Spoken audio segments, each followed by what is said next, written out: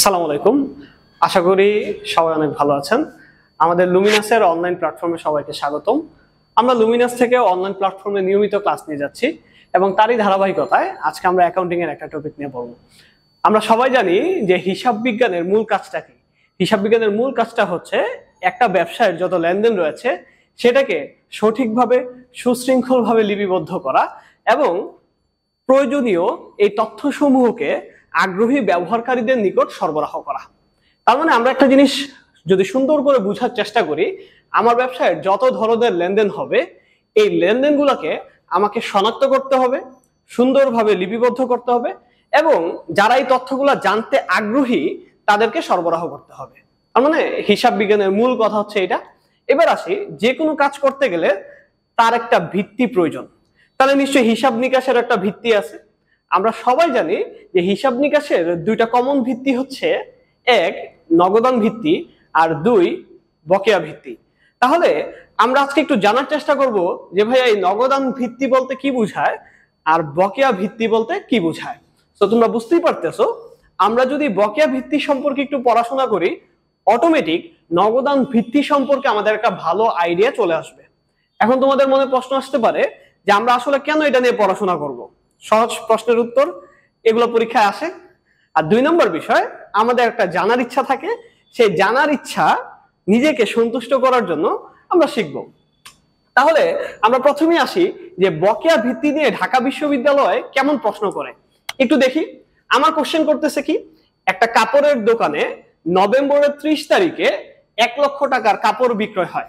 খেয়াল করবা, ডেটগুলো ইম্পর্টেন্ট। নভেম্বরের 30 তারিখে 1 লক্ষ টাকার কাপড় বিক্রয় হয়।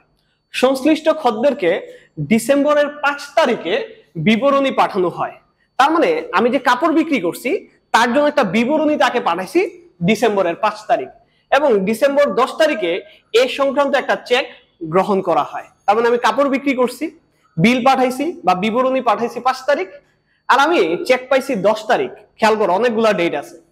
এবার আমাকে বলছে দোকানটি আইএফআরএস অনুযায়ী, আইএফআরএস কি, ইন্টারন্যাশনাল ফাইন্যান্সিয়াল রিপোর্টিং স্ট্যান্ডার্ডস, তার মানে হিসাব বিজ্ঞানের সর্বজন স্বীকৃত যে মানটা আছে সেটা হচ্ছে আইএফআরএস, আয় চিহ্নিতকরণ নীতি অনুসরণ করে। এখন আমার প্রতিষ্ঠান যদি আইএফআরএস ফলো করে তার মানে আমার ইন্টারন্যাশনাল স্ট্যান্ডার্ড ফলো করতে হবে। এবার দেখো বলছে কখন 1 লক্ষ টাকা অর্জিত হয়েছে বলে গণ্য হবে। তার মানে খেয়াল করো, ওয়ার্ডটা খুব ইম্পর্টেন্ট, অর্জিত হবে কখন। এখন তোমার মাথায় 3টা ডেট অলরেডি আছে। একটা হচ্ছে কি, যেদিন আমি বিক্রি করছি নভেম্বরের 30, তুমি চাইলে এটা উত্তর দিতে পারো। 2 নম্বর মাথায় আসতে পারে, আচ্ছা আমি বিবরণী পাঠাইছি জানি কবে, আমি বিবরণী পাঠাইছি ডিসেম্বরের 5, তাহলে এটা উত্তর দিতে পারো।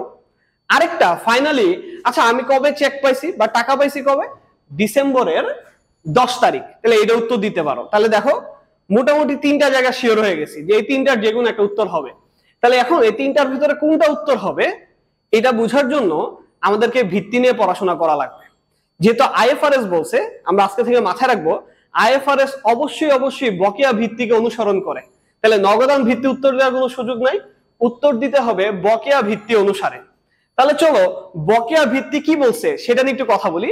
বকেয়া ভিত্তি বলছে যে আমি নগদে কখন টাকা পাবো এটা ইম্পর্টেন্ট না। ধরো যে আমি পণ্য বিক্রি করছি নভেম্বরে, টাকা পাইছি ডিসেম্বরে, বকেয়া ভিত্তি বলছে টাকা কবে পাবো এটা ইম্পর্টেন্ট না, তুমি লেনদেনটা কবে করছো সেটা বেশি ইম্পর্টেন্ট। তাহলে খেয়াল করো তো, কাপড় বিক্রি করছি কখন, ঘটনাটা ঘটছে কখন, নভেম্বর।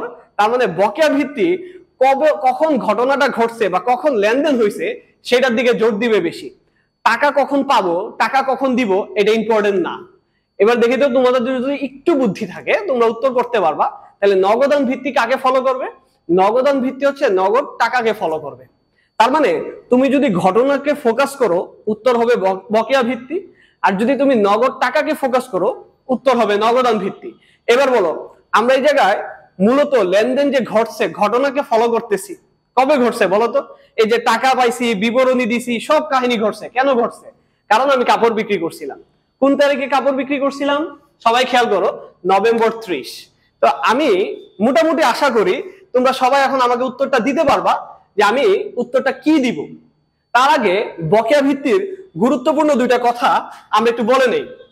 খেয়াল করো, বকেয়া ভিত্তি নিয়ে যদি কথা বলতে চাই তাহলে আমাদেরকে কয়েকটা গুরুত্বপূর্ণ বিষয় মাথায় রাখতে হবে। তাহলে এই গুরুত্বপূর্ণ বিষয়গুলো কি কি? প্রথম কথা হচ্ছে বকেয়া ভিত্তি অনুযায়ী আয় হবে কখন। ওই যে ওয়ার্ডটা মাথায় রাখতে হবে, যখন অর্জিত হবে। এবার আসো ভাইয়া, অর্জিত হবে কখন? যখন তুমি পণ্যটা বিক্রয় করবা বা যখন তুমি সেবা প্রদান করবা। তাহলে অর্জিত হওয়ার জায়গা আমরা খুঁজে পাইছি কয়টা? দুইটা। যখন আমি কি করব, পণ্যটা বিক্রি করব বা যখন আমি সেবা প্রদান করব, ওই তারিখে অর্জিত হবে। টাকা কবে পাবো এটা ইম্পর্টেন্ট না। তাহলে আসো বকেয়া ভিত্তি অনুযায়ী ব্যয় হবে কখন? খুবই গুরুত্বপূর্ণ কথা। বকেয়া ভিত্তি অনুযায়ী ব্যয় হবে যখন লেনদেনটা সংঘটিত হবে। যখন লেনদেনটা সংঘটিত হবে। আর আমরা মোটামুটি সবাই জানি কখন একটা ব্যয় সংঘটিত হবে। সাধারণত ব্যবসার ক্ষেত্রে চিন্তা করো, একটা ক্রয় বিক্রয়কারী প্রতিষ্ঠানের জন্য সবচেয়ে কমন এক্সাম্পল হচ্ছে যেদিন সে পণ্যটা ক্রয় করবে। তাহলে আমরা মাথায় রাখবো যে বকেয়া ভিত্তিতে দুইটা কথা সবচেয়ে বেশি ইম্পর্টেন্ট, একটা হচ্ছে অর্জিত হওয়া আর একটা হচ্ছে সংঘটিত হওয়া। তাহলে এবার যদি আমরা সামনে আসি তাহলে দেখি যে আমাদের সামনে আর কি কি আছে।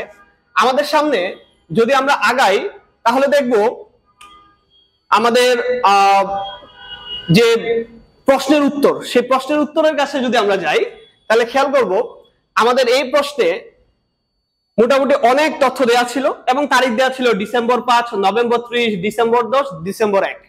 এখন তুমি একটু ট্রাই করো, আমার এতক্ষণ আলাপ আলোচনা করার পর যদি এটা নগদান ভিত্তি হইতো তাহলে আমরা কি উত্তর দিতাম? প্রথম কথা, নগদান ভিত্তি শুধুমাত্র নগদ টাকাকে চিনে। ডিসেম্বর 10 তারিখে আমি চেক পাইছি, নগদান ভিত্তি অনুযায়ী উত্তর হইতো ডিসেম্বর 10। এখন তোমরা সবাই কমেন্ট বক্সে উত্তর করো যে বকেয়া ভিত্তি অনুযায়ী উত্তর কোনটা হবে। বকেয়া ভিত্তি অনুযায়ী উত্তর কোনটা হবে? আমি যদি ভুল না হই তাহলে মোটামুটি তোমরা সবাই অ্যান্সার করতে পারবা যে বকেয়া ভিত্তি অনুযায়ী উত্তর হবে নভেম্বর 30, যেই তারিখে ঘটনা ঘটছে। তাহলে আমরা মনে রাখবো যেই তারিখে লেনদেনটা ঘটবে, সংঘটিত হবে, ওইটাই আমরা উত্তর দিব। তাহলে আমাদের উত্তর হবে কি? নগদান ভিত্তি অনুযায়ী উত্তর হবে ডিসেম্বর 10। এটা কিন্তু জিজ্ঞেস করে নাই। তাহলে কি জিজ্ঞেস করছে? জিজ্ঞেস করছে বকেয়া ভিত্তি অনুযায়ী, আর লেনদেন ঘটছে কবে? নভেম্বরে। নভেম্বর কত? নভেম্বর 30। তাহলে আমাদের উত্তর হবে নভেম্বর 30। এবার আসো, আমরা মোটামুটি বকেয়া ভিত্তি, নগদান ভিত্তি নিয়ে অনেক সুন্দর একটা আলোচনা করলাম এবং আমাদের লুমিনাসের অনলাইন ক্লাসগুলো আমরা এরকম ডিজিটাল বোর্ডের মাধ্যমে অলরেডি ক্লাস নেওয়া শুরু করছি। তো তোমরা যারা ঢাকায় আসো তারা অফলাইনের পাশাপাশি অনলাইনে যেমন যুক্ত হতে পারো, যারা বাংলাদেশের বিভিন্ন প্রত্যন্ত অঞ্চলে আছো, বিভিন্ন গ্রামে আছো বা ঢাকার বাইরে অনেক দূরে আছো, তারা আমাদের লুমিনাসের এই প্রিমিয়াম সার্ভিসটি নিতে পারো। আমাদের এই ক্লাসগুলো সবসময় তোমরা ইউটিউবে খুঁজে পাবা। আমাদের ইউটিউব চ্যানেলের নাম হচ্ছে লুমিনাস এডুকেশন। এবং ক্লাসের শেষে একটা কথা বলে শেষ করতে চাই, আমরা যখন কোনো একটা রাস্তায় হাঁটা শুরু করতে যাবো তখন আমাদের মাথায় রাখা লাগবে as you start to walk on the way appears। তার মানে তুমি তখনই পথ খুঁজে পাবা যখন তুমি চলতে শুরু করবা। তার মানে আমাদের সাথে তোমাদের যাত্রা শুরু করতে হবে। আশা করি যাত্রা যদি শুরু করতে পারি তাহলে সুন্দর একটা গন্তব্য খুঁজে পাবো। ধন্যবাদ সবাইকে। আসসালামু আলাইকুম।